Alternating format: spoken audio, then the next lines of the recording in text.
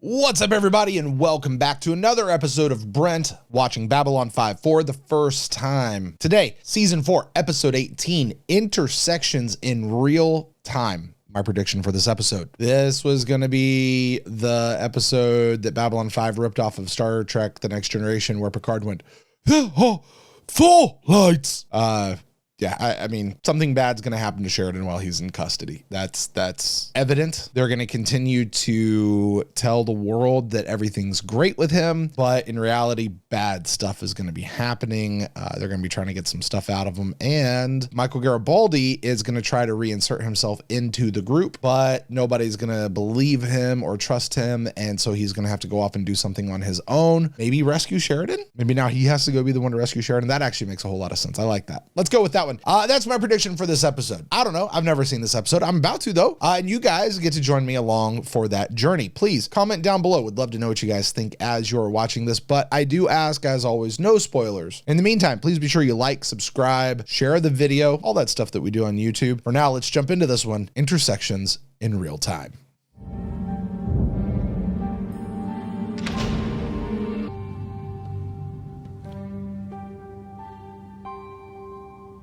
It'd be wild if that was Jack the Ripper that just walked in the door.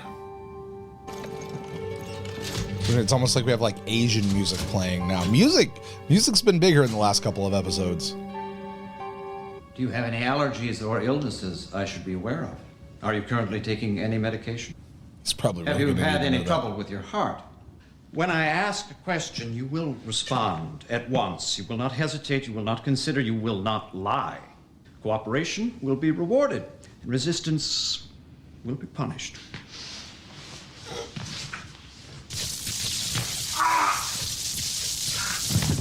Pain givers. We bought them from the Narn during the war. They're most effective. You know, there's nothing to be gained by trying to harm me. I am not the enemy. To be the enemy, I must have some personal stake in what happens to you. I'm not interested in that at all. I'm here to do a job, nothing more. I have no desire to inflict pain, but I will do so when and as it is required. No. Do you have any allergies or illnesses I should be aware of? Are you currently taking any medication? Have you had any problems with your heart? No. Good. Then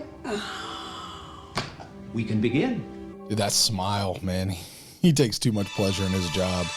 Exactly the way I thought this was going to start and go. Sheridan is going to be tortured for information, and this is what's going to have to happen. I fully expect Garibaldi to be the guy that has to come to rescue, despite no one else being able to do it. Interesting note, he says to be the enemy, you have to have some personal stake. For him, it's just a job. I'm sitting here like, yeah, whatever you got to tell yourself to make you feel better about your job, pal. That's not true. He's lying to himself on that one, just so he could get through his job, I'm sure. Let's find out what happens. Sure, normal thing, eat, drink in front of the guy. Oh, come on, pull out your sandwich, get your lunch. Be a working man's lunch, right? Nothing fancy, bottle of water. No, my. Look at the time. Yep, there's lunch. Working man's lunch, right? It's just a sandwich.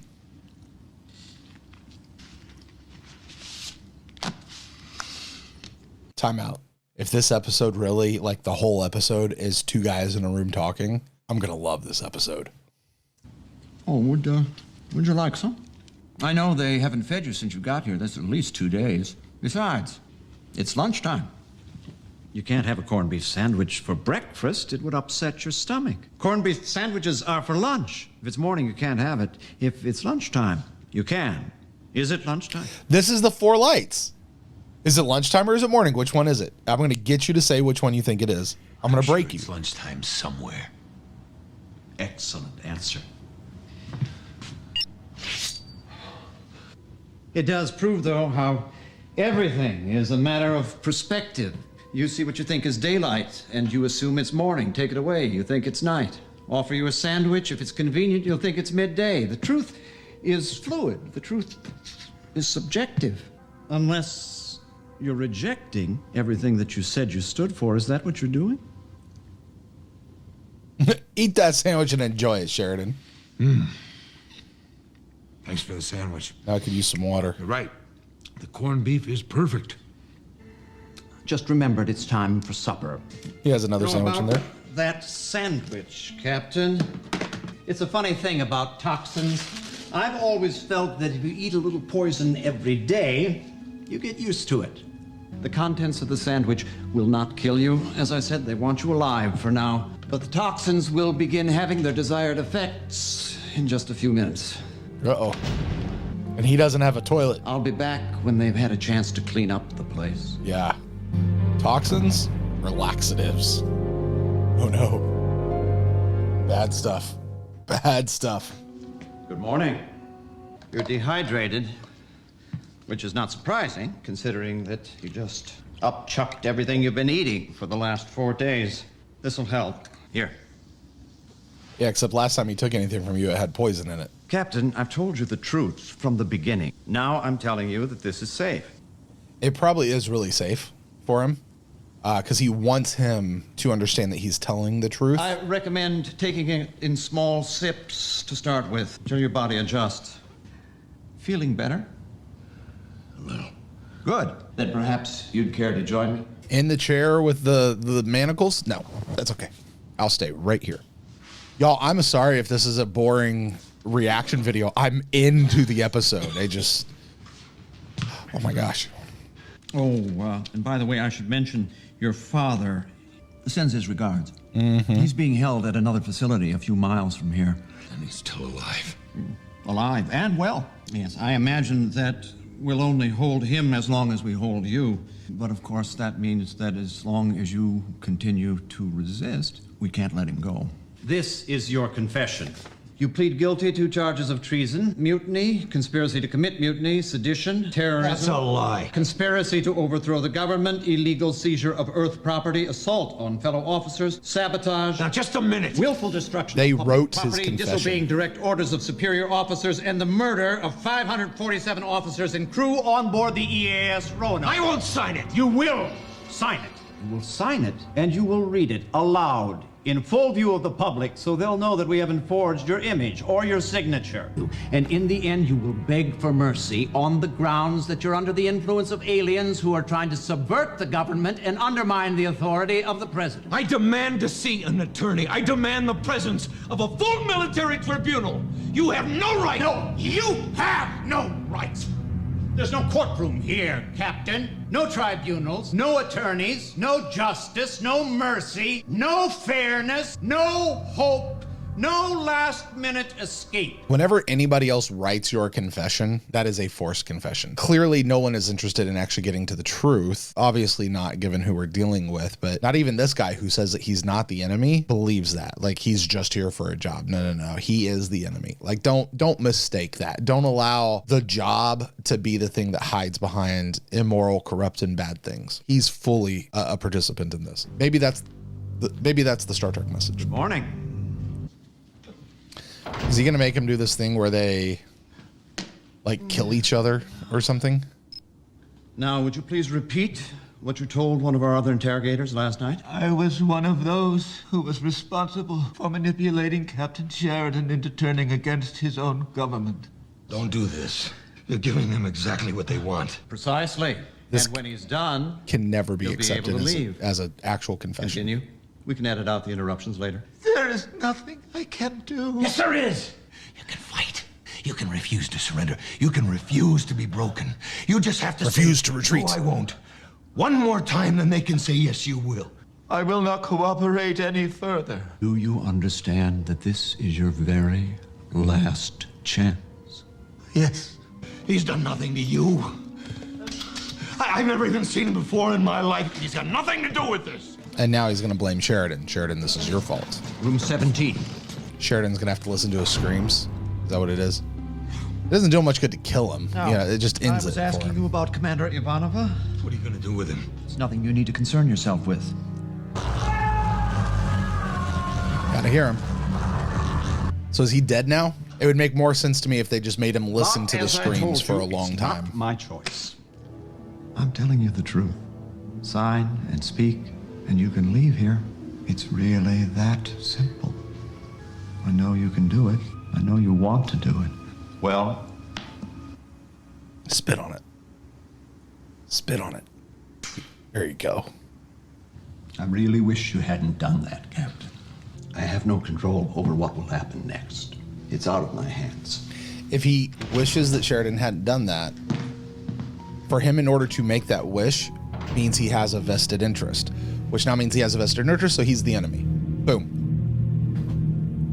The best way out for everyone is for you to confess and lay the blame for what's happened at the feet of the alien government. Whether it's true or not, it doesn't matter. Truth is immaterial. They can sell it, and they will let you live. Note, I said it is the best way. I did not say it was the only way. The other way, Captain, is a posthumous confession. Your signature is not a problem. They have your image on file. They can create you reading the confession. It's not the same as breaking you, but I'm told that as of this morning, it is an acceptable option. Then that's the option they're going to have to go with, because I ain't doing it. I can save your life right now. Dude, he's a soldier. It's not about his life.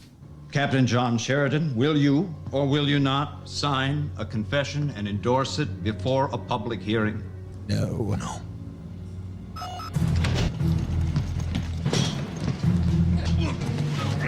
Hey, he's not trained You right now. understand that this is your last chance? Do you understand that this is your very last chance? Nice way to redo that. Nice way to bring that exact line back. Room 17. Command your servant, a sheep of your own fold, a lamb of your own flock.